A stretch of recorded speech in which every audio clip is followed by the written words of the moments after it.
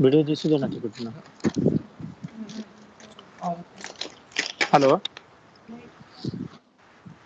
पावशेकर sir सुरू करायचं का? माझा आवाज येतो तुम्हाला? हो सर येतोय. येतो सर. आवाज येतोय ना? हो येतोय सर. ओके. सर मी इंट्रोडक्शन करून देतो. ठीक आहे सर. सगळ्या श्रोतृ वर्गाला नमस्कार. अश्विन रुरल आयुर्वेद महाविद्यालय आयोजित वेबिनार मध्ये एक हॅलो सर. हा हॅलो हॅलो हा कोण आहे? हॅलो बोला हॅलो. सर. एकदा सगळ्यांचे माईक ऑफ होऊ द्या सर, मग सुरुवात करा. कृपया सगळ्यांनी आपापले माईक आणि व्हिडिओ ऑफ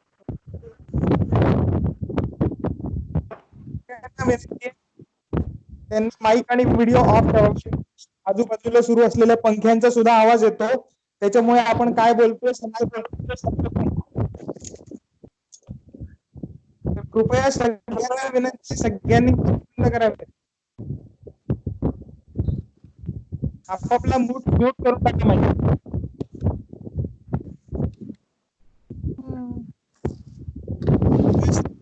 माईक म्यूट करावा आपला.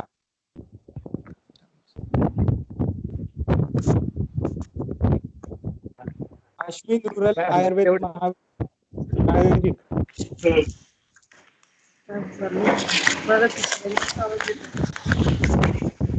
म्यूट करावा. कन्फर्म होऊ दे पहिले, मला म्यूटचं ऑप्शन कुठे आहे? म्यूट ऑप्शन माईक वरती दाबा मॅडम, एकदा म्यूट.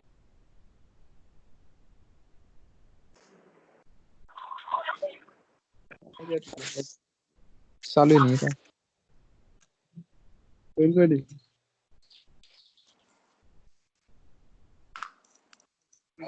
येणारच तुम्हाला स्पीड मिळणार जेवढा आपल्या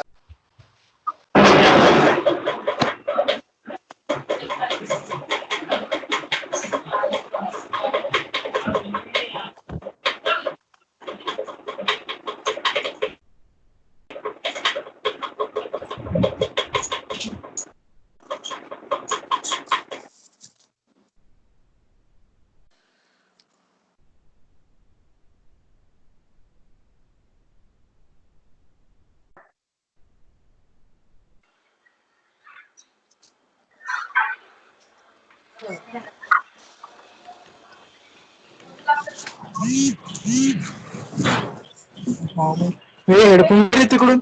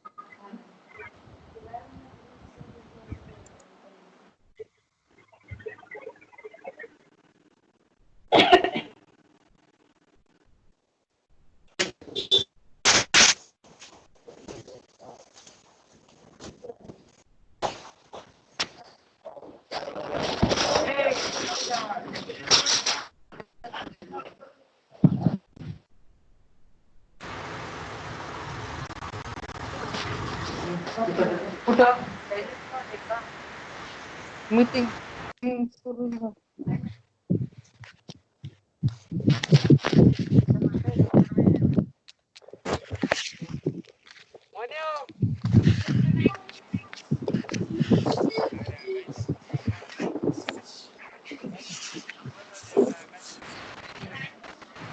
बाकीचे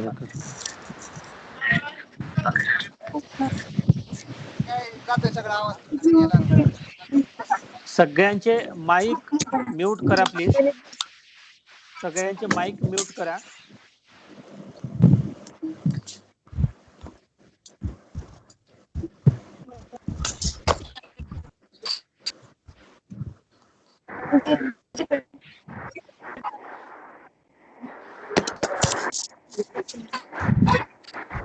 आपण सेशनला सुरुवात करत आहोत. आपले माईक म्यूट करा.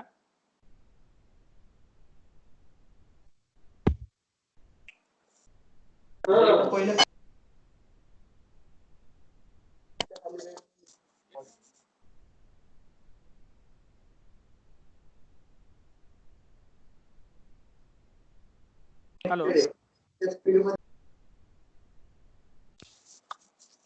छापीकर सर आहेत का लाईनवर? बघ बरं, किंवा फोन करा तुम्ही.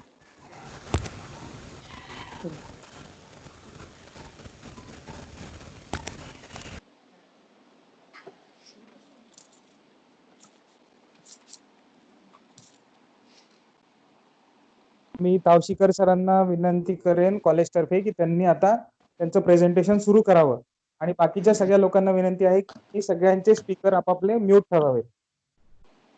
धन्यवाद. तावशीकर सर. धन्यवाद सर. आपल्या अश्विन रुलर महाविद्यालयाचे प्राचार्य माननीय लोखंडे सर, उपप्राचार्य माननीय खंडीजोड सर,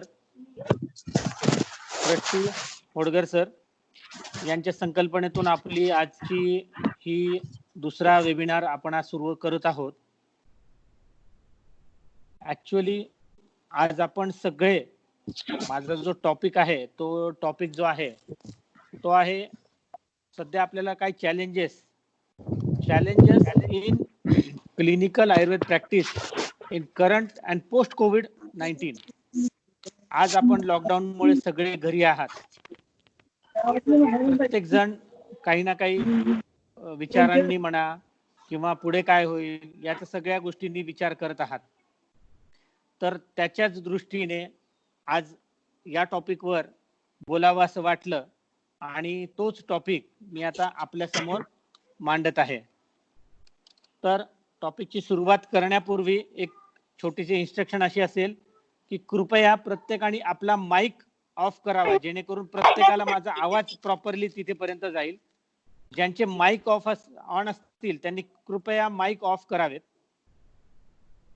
आपले माईक ऑफ केले तर मग मला पुढचा संवाद आपल्याशी व्यवस्थित साधता येईल. ठीक आहे. तर मला तुम्हाला असं सांगायचं की आज या ग्रुपमध्ये जवळपास सगळे आयुर्वेदाचे वैद्य आहेत, आयुर्वेदाचे विद्यार्थी, पीजी विद्यार्थी आहेत, आयुर्वेदाचे प्रॅक्टिशनर जे की आज चांगल्यापैकी प्रॅक्टिस करता आहेत अशी लोक आहेत. त्यांना सर्वांना नमस्कार. सांगायचं असं आहे की आपल्या क्लिनिकमध्ये इथून पुढे आपल्याला जायचंय किंवा आज रोजी पण आपण प्रॅक्टिस करत असाल बरेच लोक. मग प्रॅक्टिस करताना आपल्याला नेमक्या काय काय खबरदारी घ्यायच्यात. आपल्या आजच्या सेशनचे काही अजेंडेज आहेत. त्या अजेंड्यामध्ये पहिला अजेंडा असा आहे की आपण प्रॅक्टिस कशी करावी. दुसरा अजेंडा असा असेल की आपण शमन चिकित्सा जी आपल्या आयुर्वेदात देतो आपण औषधी चिकित्सा ती कशी असावी. त्यानंतर पंचकर्म कुठले करावेत, काय करू नये, करावेत की नाही करावेत. आणि चौथा मुद्दा असा असेल की ज्यांच्याकडे मॅन्युफॅक्चरिंग युनिट आहे त्यांनी आता काय करावं, त्यांनी आपल्या लेबरची, वर्करची कशी काळजी घ्यावी.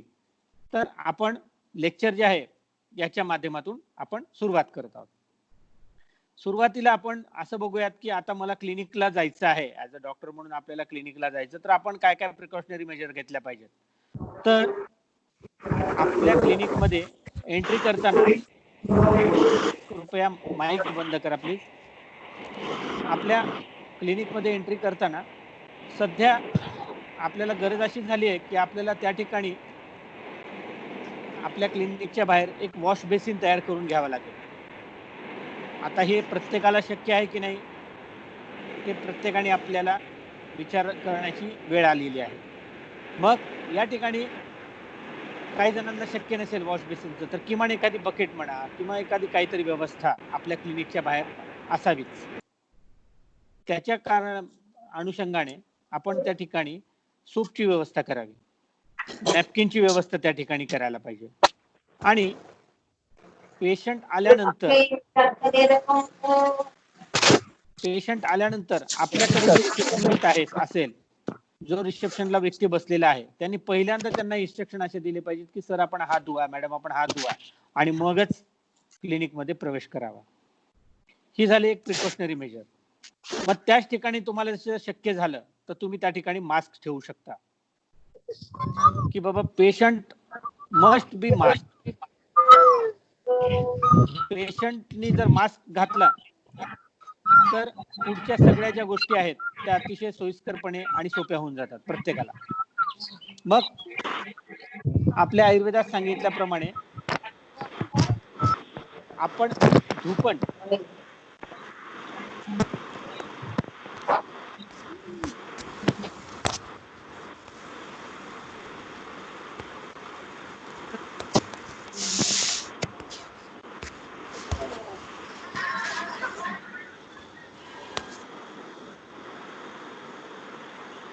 कृपया बाकीच्यांनी स्पीकर बंद करावा.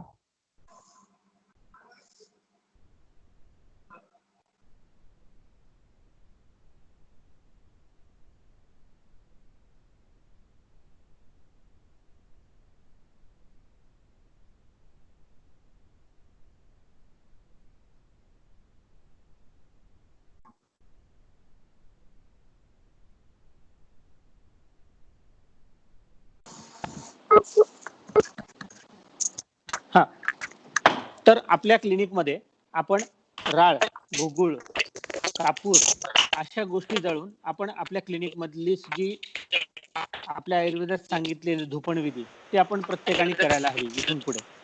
आणि हे करत असताना आपण प्रत्येक गोष्टींचा वैज्ञानिक दृष्टीने पण विचार करतोच. मग पेशंट ज्यावेळेस एंट्री करतो आपल्या क्लिनिकमध्ये एंट्री केल्यानंतर त्या पेशंटला आपल्याला काही इन्स्ट्रक्शन द्यायच्यात, आणि त्या इन्स्ट्रक्शन या वैद्यांना न देता सुरुवातीला तुमच्याकडे जो रिसेप्शनिस्ट असेल त्याने द्यायच्यात की बाबा पेशंट आल्यानंतर पहिल्यांदा आपल्याकडे प्रत्येकाकडे आज केस हिस्ट्री फॉर्म आहेच आहे. मग केस हिस्ट्री फॉर्म भरताना याच्यामध्ये आता एक मुद्दा आपल्याला ऍड करावा लागेल, तो म्हणजे ट्रॅव्हल हिस्ट्रीचा. आपल्यापैकी बरेच वैद्यांकडे परराज्यातून पेशंट येतात, पर जिल्ह्यातून पेशंट येतात. त्यानंतर काही जणांकडे असे आहेत की माझ्याकडे विदेशी पण पेशंट येतात, अशी पण काही वैद्य मंडळी आहेत. मग क्लिनिकल हिस्ट्री सोबतच आपण त्याची ट्रॅव्हलिंग हिस्ट्री पण आपण घ्यायला पाहिजे, आणि त्याची सुरुवात आता आपण इथून पुढे केली पाहिजे. मग हे सगळं झाल्यानंतर आपण जसं आयुर्वेदात सांगितलं, देश म्हणजे आपण जी प्रॅक्टिस करतोय ती जागा, त्यानंतर पेशंट कुठून येतोय ती जागा, याचा सर्वांचा आपण विचार केला पाहिजे. उदाहरणार्थ सांगायचं तर आता आपल्याला सर्वांना माहिती आहे आपण महाराष्ट्रामध्ये आहोत. महाराष्ट्रामध्ये असताना समजा उदाहरण घेतलं आपण नगर जिल्ह्याचं, तर नगर जिल्हा आहे ऑरेंज झोन मध्ये, औरंगाबाद जिल्हा घेतला तर तो आहे रेड झोन मध्ये, उस्मानाबाद जिल्हा घेतला तर तो आहे ग्रीन झोन मध्ये. रुग्ण कुठून येतोय आपल्याकडे याच्यावरनं तुम्हाला कळेल आणि तुमच्या केस हिस्ट्री फॉर्म मध्ये या गोष्टीचं तुम्हाला रेकॉर्ड ठेवायला मदत होईल. हे झाल्यानंतर पेशंट तुमच्या क्लिनिक मध्ये एंट्री ज्यावेळेस केली आहे त्यावेळेस प्रत्येकाच्या दवाखान्यात एसी, फॅन इत्यादी गोष्टी असतातच. आपल्याला माहित नाही की त्याचं नेमकं डायरेक्शन कसं असावं, याच्यापूर्वी तो कधी संबंध आला असेल किंवा नसेलही, पण मला तुम्हाला सांगायला निश्चित इथे शेअर करायला आवडेल की त्या पंख्याची किंवा त्या वाऱ्याची दिशा टुवर्ड्स पेशंट असावी. त्याच्यामुळे पंख्याची अरेंजमेंट किंवा एसीची अरेंजमेंट टुवर्ड्स पेशंटच्या दृष्टीने पेशंटकडे असावी. पेशंट कडून एअर फ्लो वैद्याकडे जाऊ नये याची पूर्ण खबरदारी आपण घ्यायला हवी. हे झाल्यानंतर रुग्ण तुमच्याकडे आलेला आहे त्यावेळेस वैद्याने एक साधा सर्जिकल मास्क हा वापरावा. प्रत्येक वेळेस N95 मास्कच वापरावा, N95 मास्कच आपल्याला चेहऱ्याला असावा अशी गरज सध्या तरी नाही. आणि रुग्णांनी येताना मास्क लावलाच पाहिजे. मग तो आयदर सर्जिकल मास्क असो, आयदर घरगुती तयार केलेला कापडी मास्क पण चालतो. यानंतर सध्याच्या काळात जर फॉलोअपचे रुग्ण असतील तर फॉलोअपच्या रुग्णाचा आपल्याला याच्या पूर्वीचा इतिहास किंवा त्याचा केस पेपर आपल्याकडे ऑलरेडी असतो. त्या हिस्ट्रीवरनं औषध देण्याचा प्रयत्न करावा. जर रुग्णाला असं वाटतंय की बाबा नाही डॉक्टर मला ब्लड प्रेशर चेक करायचं आहे, माझ्या इतर काही तक्रारी आहेत, तर तक्रारीपूर्वी ज्या वेळेस तो तुमच्या समोर बसलेला आहे तर ती बसण्याची जागा ही 2 मीटर एवढी ठेवावी. पेशंटच्या आणि डॉक्टरच्या मध्ये किमान 2 मीटर, त्याला सोशल डिस्टन्सिंग असं सांगितलंय, तर 2 मीटरचं आपण त्या ठिकाणी पथ्य पाळावं. हे झाल्यानंतर ज्या पेशंटला खरंच आवश्यकता आहे की बाबा तुम्हाला ऑस्कल्टेट करायची, अशा वेळेस हातामध्ये ग्लोव्हजचा वापर करून आपण डोळ्यावरती एखादा गॉगल हा लावावा, जेणेकरून त्या पेशंटचे कोणत्याही पेशंटकडनं कोणत्याही इन्फेक्शियस गोष्टी तुमच्यापर्यंत पोहोचणार नाही. त्याच्यामुळे ऑस्कल्टेशन करताना हे खूप सांभाळून करायचं आणि क्विकली या प्रोसिजर आपल्याला फॉलो करून क्विकली पेशंटला टेबलवरनं खाली घ्यायचं आहे. ऑस्कल्टेशन टेबलवरून पेशंटला त्या ठिकाणी बोलू द्यायचं नाही. ज्या काही तक्रारी आहेत त्या पेशंटच्या आधीच विचारून घ्यायच्या. तपासणी करताना तुम्हाला काय पाल्पेशन करायचंय किंवा ऑस्कल्टेशन करायचंय, ॲब्डोमेन परीक्षण करायचंय, अशा वेळेस तुम्ही रिस्क न घेता पेशंटच्या चेहऱ्यातले काही जंतू तुमच्यापर्यंत न येता आपण ती काळजी घ्यायची आहे. मग अशा गोष्टी केल्यानंतर पेशंटची पूर्ण हिस्ट्री झाल्यानंतर तुम्ही तुमच्या प्रिस्क्रिप्शनद्वारे पेशंटला औषधं सजेस्ट करू शकता. हा झाला फर्स्ट पार्ट. याच्यापेक्षा दुसरा पार्ट जो असा आहे, जो आता गव्हर्नमेंटने सुद्धा अप्रूव्ह केलेला आहे, तो म्हणजे आज आपण सगळे सोशल मीडियाचा वापर चांगल्या पद्धतीने करतो आहोत. मग सोशल मीडियाचा वापर करताना रुग्णाशी डायरेक्ट आपला संपर्क येऊ नये, आपला रुग्णाशी संपर्क येऊ नये, हे करत असताना आणि रुग्णाला आपली औषधी पण मिळावी हे करत असताना आपण टेलिमेडिसिनचा वापर करावा. टेलिमेडिसिन मध्ये प्रत्येक रुग्णाने समजा XYZ डॉक्टर असतील, त्यांनी सांगावं XYZ पेशंट आहे, त्या पेशंटला तू मला सकाळी 9:30 वाजता फोन करायचा. पेशंटनी 9:30 वाजता फोन केल्यानंतर त्याच्या तक्रारी पूर्ण ऐकून घेतल्या जातील. ऐकून घेतल्यानंतर त्याच्या तक्रारीनुसार वैद्याकडून त्यांच्या प्रिस्क्रिप्शनवरती पर्टिक्युलर औषधं देऊन त्याचा स्नॅपशॉट काढून व्हॉट्सअप वाटे, फेसबुकच्या माध्यमातून, स्काईपच्या माध्यमातून, अनेक मीडियाच्या माध्यमातून तुम्हाला ते प्रिस्क्रिप्शन त्या व्यक्तीपर्यंत शेअर केलं जातं. या मेथडने काय होईल तर या मेथडमुळे तुम्हाला चान्सेस जे आहेत इन्फेक्शनचे हे लिस्ट म्हणजे खूप कमी प्रमाणात तुम्हाला या गोष्टी आढळून येतात. तर टेलिमेडिसिनचा आपण वापर करावा. याच्या व्यतिरिक्त अजून एक जी गोष्ट आहे ती मला तुम्हाला सांगायची आहे, ती म्हणजे आज आपण समजा अहमदनगर शहरात राहत आहेत. अहमदनगर शहरात 10 डॉक्टर आहेत आयुर्वेदाची आणि त्या 10 डॉक्टरांना असंच पेशंट पर्यंत औषधं पोहोचवायची आहेत. त्या 10 डॉक्टरांनी मिळून एखाद्या कुरिअर सेवा कंपनीला, ज्या ठिकाणी कुरिअर सेवा कंपनी असेल त्या कुरिअर सेवा कंपनीला संपर्क साधून की बाबा माझ्या 10 रुग्णांची औषधं आहेत, वेगवेगळ्या ठिकाणची रुग्ण आहेत आणि त्या 10 रुग्णांना मला ही औषधं पोस्ट करायची, तर एखाद्या कुरिअर बॉय हायर करावा आणि त्याच्या मार्फत पेशंटच्या घरापर्यंत औषधं पोहोचवावी. हा एक सध्याच्या याच्यामध्ये आपल्याला एक सोयीस्कर पर्याय आपल्याला ठरू शकतो. त्याच्यामुळे तोही आपण पर्याय विचारात घ्यावा. आपल्याला माहिती आहे की सध्या आपण ज्या ठिकाणी राहतो इन्फेक्शनचे चान्सेस खूप आहेत. तुम्ही विचार केला किंवा पाहिलंही असेल, एक जेसीबी आलं एखाद्या शेतात काम करतोय तर 10-15 माणसं गोळा होत आहेत, बरोबर आहे.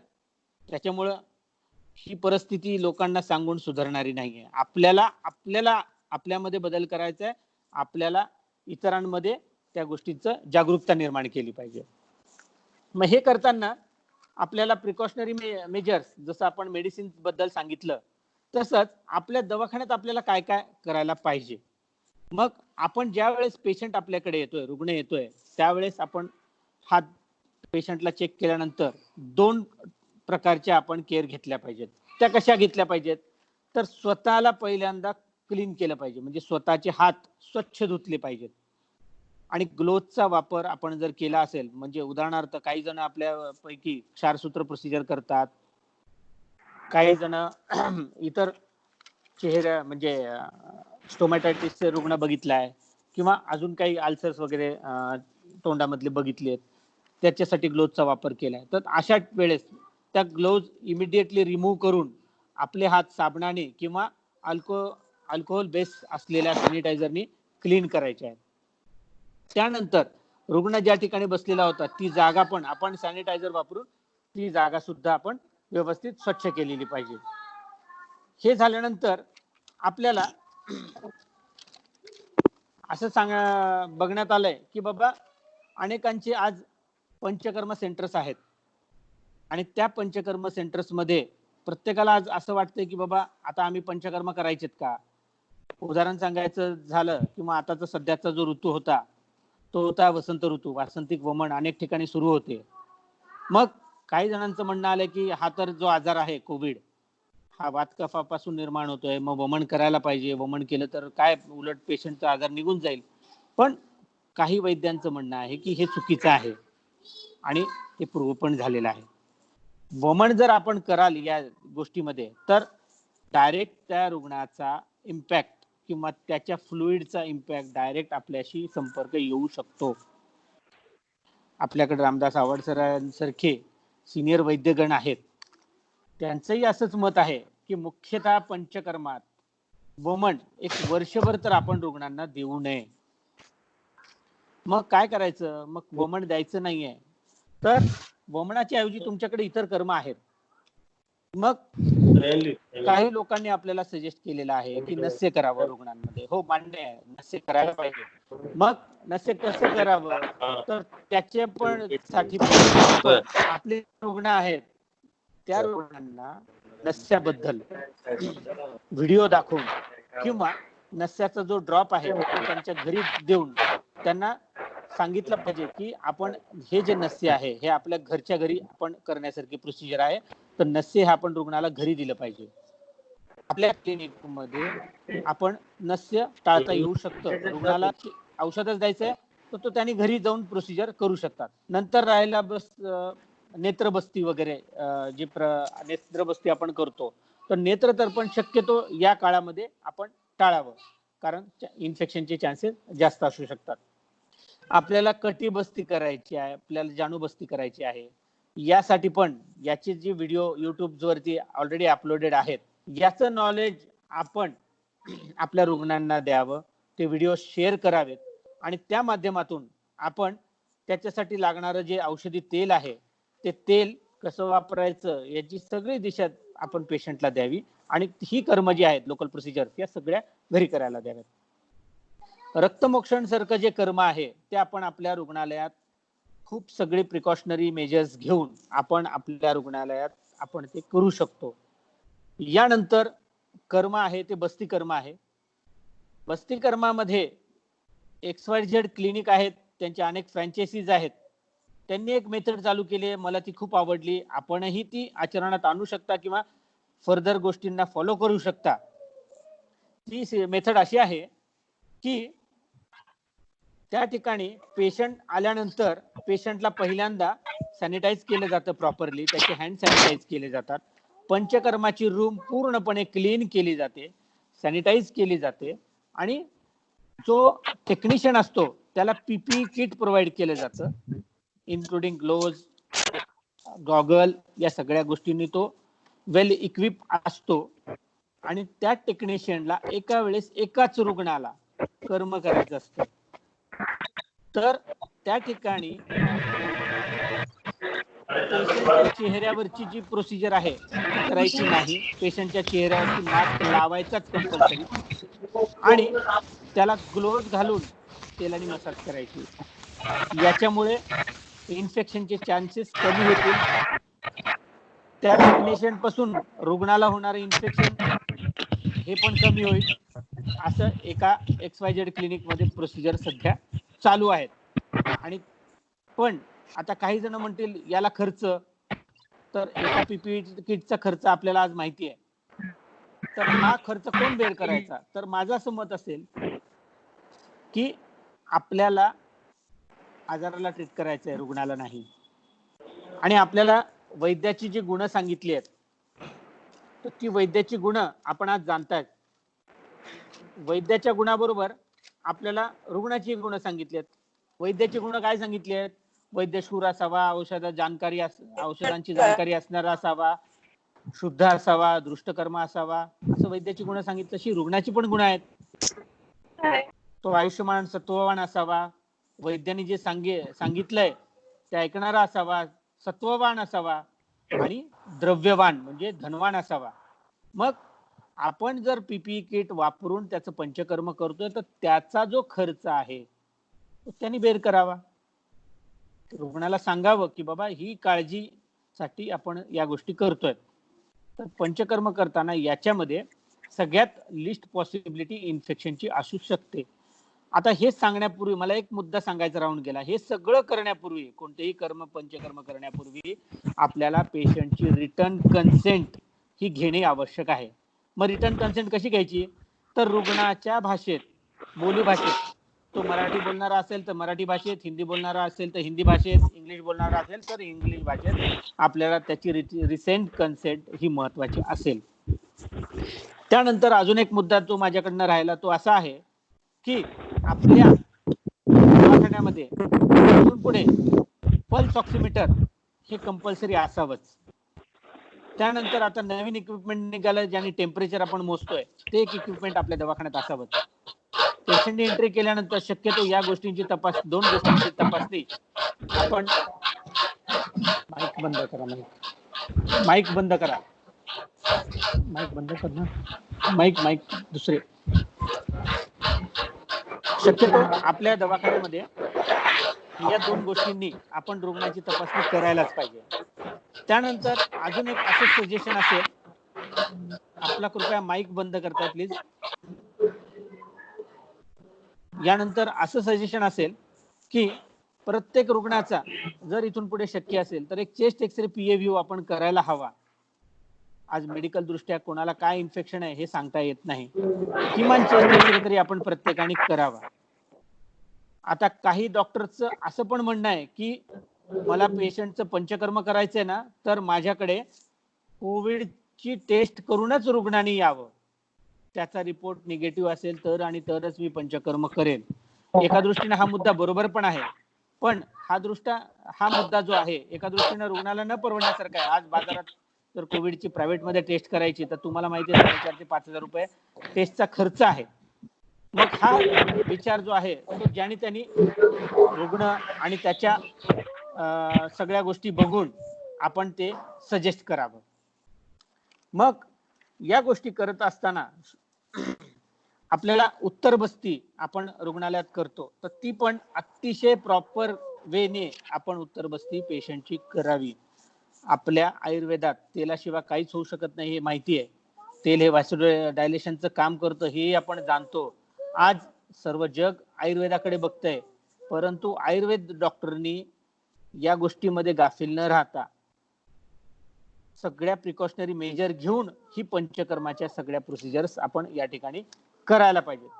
मग याच्यामध्ये आपल्याला स्कोप काय आहे, आपण काय काय करू शकतो. आपण असं नाही की लॉकडाऊन चला 31 तारखेपर्यंत झालाय, 31 तारखेनंतर 15 जून पर्यंत झालाय, मग आपण आता काहीतरी याच्यातनं रिसर्च करावा लागेल किंवा आहे त्या परिस्थितीशी आपल्याला जुळवून घ्यावं लागेल. कारण COVID is here, COVID is here to stay, तो आपल्याकडे राहण्यासाठीच आलाय असं एकंदरीत चित्र निर्माण झालंय.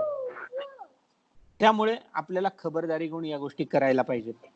मग या गोष्टीमध्ये आपल्याला आता मी तुम्हाला सांगितल्यासारखं टेलिमेडिसिनचा वापर आपण करा, पेशंटचे व्हिडिओ कॉल ने आपण कन्सल्टेशन, ऑनलाईन कन्सल्टेशन करा. कोविड मध्ये तुम्हाला माहिती आहे, तुम्हाला आज रुग्णाचं डिवायडेशन करायचंय, ते कशा मेथडनी करताय. एक आहे पेशंटचं तुम्हाला डिवायडेशन करताना 3 पद्धतींमध्ये शक्यतो तुम्ही करावं. त्या 3 पद्धतीने करताना तुम्हाला तो पेशंट कुठलेही लक्षणे नसणारा पहिला पेशंट, दुसरा कोविडच्या संपर्कात आलेला, कोविड रुग्णाच्या संपर्कात आलेला, आणि तिसरा रुग्ण असा असेल की त्याचा कोविड पॉझिटिव्ह असलेला, असा तिसरा पेशंट. अशा 3 कॅटेगरीमध्ये आपण रुग्णाची आज वेगवेगळ्या कॅटेगरी करून रुग्ण आपण परीक्षण केला पाहिजे. आता हे करत असताना आपल्या समोर चॅलेंजेस काय आहेत.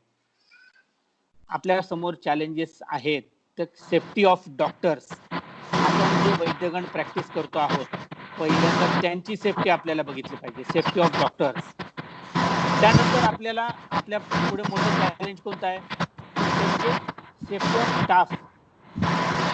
त्यानंतर आपल्या पुढे मोठं चॅलेंज कोणतं आहे, माईक ऑफ करा प्लीज, माईक ऑफ करा. त्यानंतर आपल्या पुढे मोठं चॅलेंज आहे ते म्हणजे सेफ्टी ऑफ आवर पेशंट. या 3 गोष्टींचा आपल्या समोर आता सध्या चॅलेंज आहे. आपल्या डॉक्टरांची काळजी घेणे, आपल्याकडे जे लोक काम करतायत, आपले स्टाफ, नर्सिंग स्टाफ असेल, टेक्निशियन्स असतील, त्यांची हेल्थची काळजी घेणे, आणि त्यानंतर आपल्या पेशंटची काळजी घेणे. या सगळ्या गोष्टी आपल्याला आज हे आपल्या पुढे मोठे चॅलेंजेस आहेत. त्यानंतर आपल्या आयुर्वेदात जसं सांगितलंय, आपल्या पुढे हे पण एक चॅलेंजेस आहेत की आताच्या काळामध्ये, आताच्या कोविडच्या काळामध्ये पूर्वीचे लोक म्हणजे 1-2 महिन्यांपूर्वी आपण कसं जगत होतो आपल्या सर्वांना माहिती आहे, 2-2.5 महिन्यांपूर्वी. पण आज आपण लॉकडाऊन स्थितीत जगतोय. पूर्वी 1-2 भाज्या खाणारे लोक आज 3 आणि 4 आयटम वेगवेगळ्या पद्धतीचे खात आहेत. बटर, चीज, ब्रेड अशी सगळे आयटम वेगवेगळ्या पद्धतीने रोज सेवन करतायत. याचं कुठंतरी फॅट अकोमुलेशन होऊन आपल्याला पुन्हा कोविडला सामोरं जावं लागेल. नाही, मी केलं ते जॉईन करू शकतो. त्याच्यामुळे आपल्याला आज रोजी हा विचार पण करायचा आहे. प्लीज सगळ्यांनी स्पीकर ऑफ करा. लहान मुलांचे पण आवाज येत आहे बाजूला, बाकीच्यांना डिस्टर्ब होते. प्लीज ऑफ करा बाकी.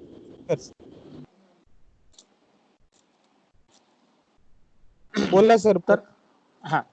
तर आपल्याला या सगळ्या गोष्टीतनं हेच आपल्याला बघायचं आहे की आपल्याला इथून पुढे आहार, आपला आहार जो आहे तो आपल्या आयुर्वेदात सांगितल्यासारखं आपल्याला आहार आपल्याला पाळायचा आहे. त्यानंतर दिनचर्या, ऋतुचर्या आपण प्रॉपरली पाळली गेलीच पाहिजे. लोक म्हणतायत की बाबा नाही, सध्याचा जो काळ आहे आणि गंगा नदी स्वच्छ दिसतेय, मुंबईतलं पोल्युशन कमी झालंय, दिल्लीतलं पोल्युशन कमी झालंय, मान्य आहेत या सगळ्या गोष्टी. परंतु तुम्ही एक गोष्ट लक्षात घ्या, आज राजस्थानमध्ये चक्रीवादळाचा तडाखा बसतोय, पुण्यामध्ये कुठे गारांचा पाऊस पडतोय. तर या गोष्टी पण विपरीत होत आहेत, ऋतू विपरीत होत आहेत. मग याचं कारण काय आहे, याही गोष्टींचा आपण विचार करायला हवाय. मग या गोष्टी होताना एक लक्षात घ्या, आपल्याकडे काल 3च आहेत, उष्ण, शीत आणि वर्षा. ही तिन्ही गोष्ट आवश्यकच आहेत. जर गरमी झाली तरच थंडीची किंमत कळेल. त्याच्यामुळे तिन्ही काळ आवश्यकच आहेत. आणि सध्या आपल्या पुढे हेच मोठे चॅलेंजेस आहेत की या लॉकडाऊन मुळे जी मेंटल हेल्थ लोकांची खराब झालेली आहे तर ती protect your mental health and your physical health also. तर तुमची तर काळजी घ्यायचीच आहे, पण पेशंटची पण आपल्याला याच पद्धतीने काळजी घ्यायची. हे आपल्या पुढे सध्या मोठं चॅलेंज या ठिकाणी आहे. हे करत असताना आपण एक 2-4 गोष्टींचा आपण याच्यात खूप महत्वाचा विचार आहे की बाबा कोविड मध्ये आतापर्यंत आपण रोज बातम्या वाचतोय, अनेक व्हॉट्सअप ग्रुपवरून आपण मेसेजेस बघतोय, तर याच्यात मॉर्टॅलिटी किती आहे? तर डायबेटिक रुग्ण असतील तर 7% पर्यंत आतापर्यंत मृत्यू दर आहे. कार्डियक डिसीज असेल तर जवळपास 12% पर्यंत मृत्यूचं प्रमाण आलेलं आहे. कोणी व्हेंटिलेटरवरती आहेत तर त्यांचं प्रमाण मृत्यू दर जो आहे तो 80% पर्यंत आहे. तर याही गोष्टींचा आपण इथे विचार करायला पाहिजे.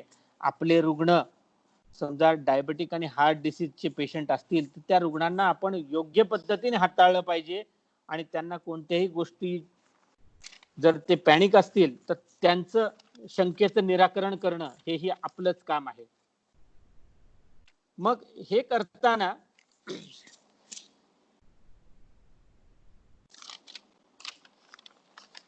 पोस्ट एक्सपोजर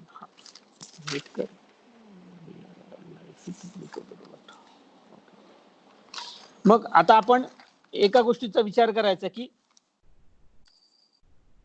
2 महिन्यांपूर्वी आपली लाईफ काय होती, मग त्या लाईफ नंतर आपल्याला असिम्प्टोमॅटिक पेशंट जे आज रोजी दिसत आहेत असिम्प्टोमॅटिक पेशंट परंतु तरीही पॉझिटिव्ह येत आहेत, तर या रुग्णांमुळे आज कोविडचा प्रसार सगळ्यात जास्त भारतामध्ये पसरला जातोय असं एकंदरीत वातावरण दिसतंय.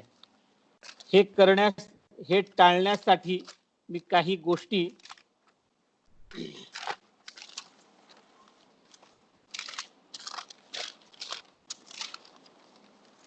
माझा आवाज येतोय तुम्हाला? येतोय ना? येतोय सर. तर आपण गेल्या काही दिवसांपासून या आजारासोबत राहतोच आहेत, तर पॅनिक होऊ नका. आपण कुठेतरी आनंदी राहण्याचं ठरवायचं आता स्वतःबद्दल. आपण वेगवेगळ्या प्रकारची योगासने वगैरे सगळ्या गोष्टी करताच आहात, त्याच्यासोबत आपण काही गोष्टींचं आपण पालन करूया की काही गोष्टी ज्या रुमर्स मार्केटमध्ये पसरतात या आजाराबद्दल त्या कशा आहेत की नाही आता गरमीचं प्रमाण वाढलं की कोविडचा आजार जो आहे तो बऱ्यापैकी कमी होईल. कृपया आपला माईक बंद करा प्लीज, मला डिस्टर्ब होतोय.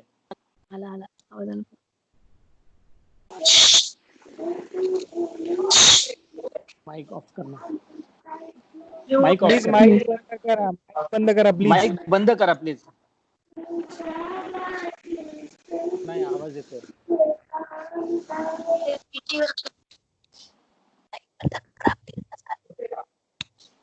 या लहान गोष्टी मुलांचा आवाज येतोय, प्लीज ना माईक बंद करा.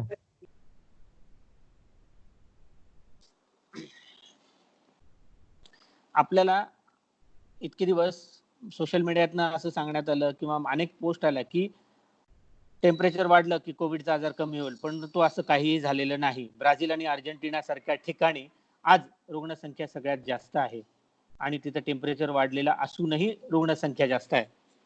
तसेच काही जण सांगत होते की कोमट पाणी प्या किंवा जास्त पाणी प्या. कोमट पाणी प्या म्हणण्यापेक्षा जास्त पाणी प्या, तर तोही काही प्रकार कोविड कमी होण्याचा नाही, हेही आपण एक लक्षात घ्यायला पाहिजे.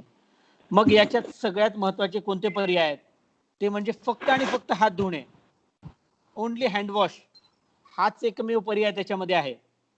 आणि सोशल डिस्टन्सिंग पाळणे, एकमेकांपासून किमान 2 मीटर दूर राहणे, हे 2 मुख्यतः पर्याय सध्या आपल्याला करण्यासारखे आहेत. मग इथून पुढे आपल्याला पॅकेजिंग मटेरियल आणायचं आहे, एटीएम कार्ड आपल्याला यूज करायचं आहे, लिफ्टला आपल्याला हात लावायचा, तर या सगळ्या ठिकाणी आपण जाताना आपले हात स्वच्छ असतील तर आपण या सगळ्या गोष्टींचा वापर करू शकतो. हे करत असताना आज रोजी अनेक आपल्यापैकी औषधी निर्माण करणारी काही वैद्य मंडळी या ठिकाणी आहेत. औषधी निर्माण करणाऱ्या वैद्य मंडळींच्या अडचणी याही पेक्षा वेगळ्या आहेत. त्यांना शासनाने असा नियम घातलेला आहे की तुमच्याकडे असणाऱ्या प्रत्येक कामगाराची पर्टिक्युलर डे म्हणजे प्रत्येक दिवसागणिक त्यांचा हेल्थ रिपोर्ट हा सबमिट करायचा आहे. आणि त्याच्यामध्ये जर कोणी कोविड पॉझिटिव्ह झाला तर 21 दिवस ते युनिट बंद करण्यात येईल आणि ही पूर्ण जबाबदारी त्या पर्टिक्युलर पॅकेजिंग युनिट म्हणा किंवा जे कोणी तुमचं मॅन्युफॅक्चरिंग युनिट आहे त्यांची असेल. मग त्या लोकांनी याची खूप खबरदारी घेतली पाहिजे. त्या ठिकाणी मास्क कंपल्सरी तुम्हाला देणंच आहे, त्यांचे हँड ग्लोव्ज. नंतर या लेबर लोकांना सगळ्यात जास्त इन्फेक्शनचे जे चान्सेस आहेत ते कसे आहेत, तर त्यांच्या चपला आणि बुटांनी तुमच्या मॅन्युफॅक्चरिंग युनिटमध्ये इन्फेक्शन येण्याचे चान्सेस आहेत. तर तुम्ही त्यांना शू कव्हर त्या ठिकाणी तुम्ही त्यांना प्रोव्हाइड करा. प्रत्येक स्टाफ जे आहेत तुमच्याकडं, समजा तुमच्याकडे 10 स्टाफ असतील, 20 स्टाफ असतील, 30 स्टाफ असतील, तर त्या स्टाफची जे जेवणाची वेळ असते त्या जेवणाच्या वेळेस सगळे एकत्र येऊन पूर्वी जेवण करायची, परंतु आता परिस्थिती बदललेली आहे. सोशल डिस्टन्सिंग, दूर राहणे याच्या कारणास्तव प्रत्येकाने आपल्या आपल्या टेबलवर बसून जेवायचं. ही गोष्ट आपल्याला इथून पुढे करावी लागणार आहे. त्या वर्करला प्रत्येक अर्ध्या तासांनी हात धुवायला सांगायला पाहिजे. आपण कोणतंही पॅकेजिंग मटेरियल किंवा रॉ मटेरियल जर तुमच्याकडनं बाहेरून तुम्ही इम्पोर्ट करत असाल, बाहेरून विकत घेऊन मग त्याचं तुम्हाला इकडे मेडिसिन साठी यूज करताय, तर ते किमान 24 तास उन्हामध्ये ठेवायला पाहिजे आणि त्यानंतरच आपण ते वापरलं पाहिजे. शासन निर्णयानुसार आज हाच नियम महाविद्यालयांना आहे, हाच नियम शाळांना आहे, हाच नियम वेगवेगळ्या संस्थांना पण आहे की त्यांच्या स्टाफची पूर्ण जबाबदारी ही त्या युनिटची असेल. त्याच्यामुळं स्टाफनी तर खबरदारी घेतलीच पाहिजे, पण त्या स्टाफ वरती पण मॅनेजमेंटचं पण आज लक्ष असेलच. हे करत असताना आपण पूर्वी ऑर्डर करत होतो, स्विगीवरून ऑर्डर करायचो, झोमॅटोवरून ऑर्डर करायचं, मग हे आता बंद करायचं का, असे काही प्रश्न आले होते. पण माझं सांगणं असं असेल की हा जो आजार आहे हा फूड मधून पसरत नाही. त्याचं जे पॅकेजिंग मटेरियल असेल किंवा तो जे देणारा व्यक्ती असेल त्या व्यक्तीकडून हे ट्रान्सफर होऊ शकतं, परंतु त्या फूड मधून इन्फेक्शन होऊ शकत नाही. तर ते लिस्ट चान्सेस आहेत. नंतर काही जणांचं मत असं होतं की नाही, डॉक्टर तुमच्याकडे वाफ घेतली तर आम्हाला स्नेहन केलं तर आम्हाला आमचा कोरोना निघून जाईल. तेही चुकीचं आहे. कुठल्याही प्रकारचा स्पा, कुठल्याही प्रकारची स्टीम, कुठल्याही प्रकारच्या गोष्टी जरी घेतल्या तरी कोविड वरती त्याचा उपचार नाही. स्टीम घेऊन काही कोरोना पळून जात नाही. आणि काही लोकांना या लॉकडाऊन मध्ये अजून एक व्हायरल मेसेज येत आहेत की बाबा तुम्ही दररोज आपले सकाळ दुपार संध्याकाळ कपडे बदला. तर जर तुम्ही घराच्या बाहेरच पडत नाहीये तर तुम्हाला इन्फेक्शनचे चान्सेस नाहीये. त्याच्यामुळे प्रत्येक वेळेस तुम्हाला कपडे बदलण्याची गरज नाही. ही एक आपण गोष्ट ध्यानात ठेवली पाहिजे. हे इन्फेक्शन हवेतून पसरत नाही. फक्त कशाने वाढतंय की क्लोज कॉन्टॅक्ट जर आला तर आणि तरच हे वाढतंय. मग तुम्ही जर सेफ डिस्टन्सिंग ठेवून तुमच्या घराच्या अंगणात, तुमच्या अपार्टमेंटच्या बिल्डिंगच्या खाली जर सेफ डिस्टन्सिंग ठेवून जर फिरलात तर हे इन्फेक्शन होत नाही. पण याचा अर्थ असा नाही की तुम्ही उद्याच रस्त्यावरती फिरायला जावं. हे अतिशय चुकीचं होईल या ठिकाणी स्टेटमेंट. त्यानंतर हा आजार जात आणि धर्म बघून होत नाहीये. ही एक आपण डोक्यात घेतली पाहिजे ऍज अ डॉक्टर म्हणून की बाबा पर्टिक्युलर जातीलाच हा आजार होतोय आणि या जातीला आजार होत नाहीये, तर असं अजिबात नाहीये. हा रॅन्डमली कोणत्याही जातीतल्या कोणत्याही वयाच्या कोणत्याही व्यक्तीला होणारा आजार आहे. त्यानंतर या आजारात असं सांगितलं जातं काही लोक ग्लोव्ज वापरतायत, जे डॉक्टर्स नाही आहेत पण रोज ग्लोव्ज वापरतायत.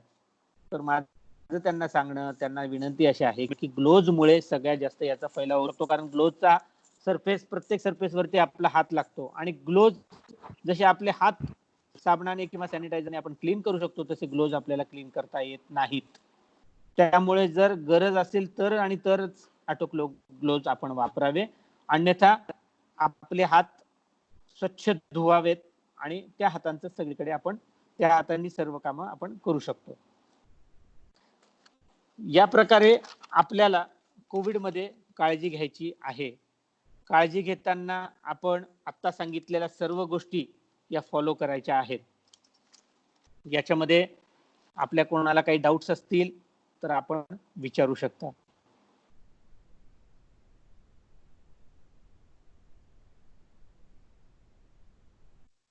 कोणाला काही शंका असतील तर विचारा किंवा चॅट बॉक्स मध्ये टाईप केलं तरी चालेल.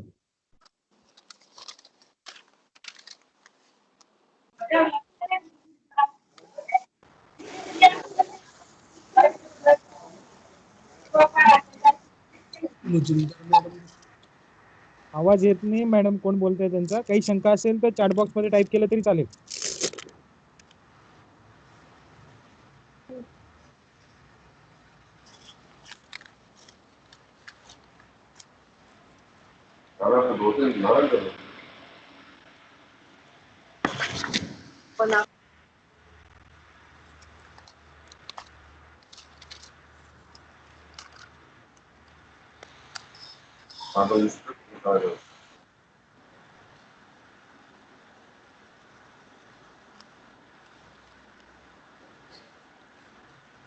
कोणाला काही विचारायचंय?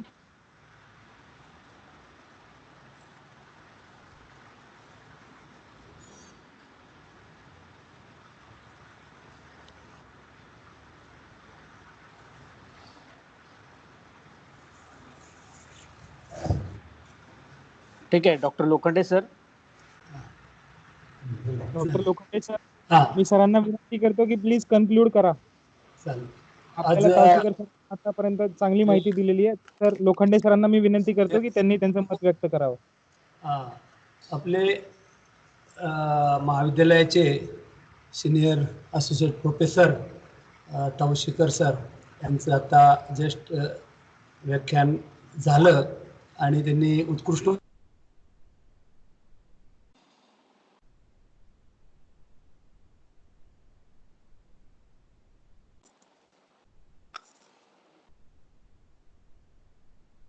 त्यांना म्यूट केलंच की काय? नाही, म्यूट तर नाही झालं. हॅलो. हॅलो. हा सर, ऐकू येत? बोला. लोखंडे सर बोला.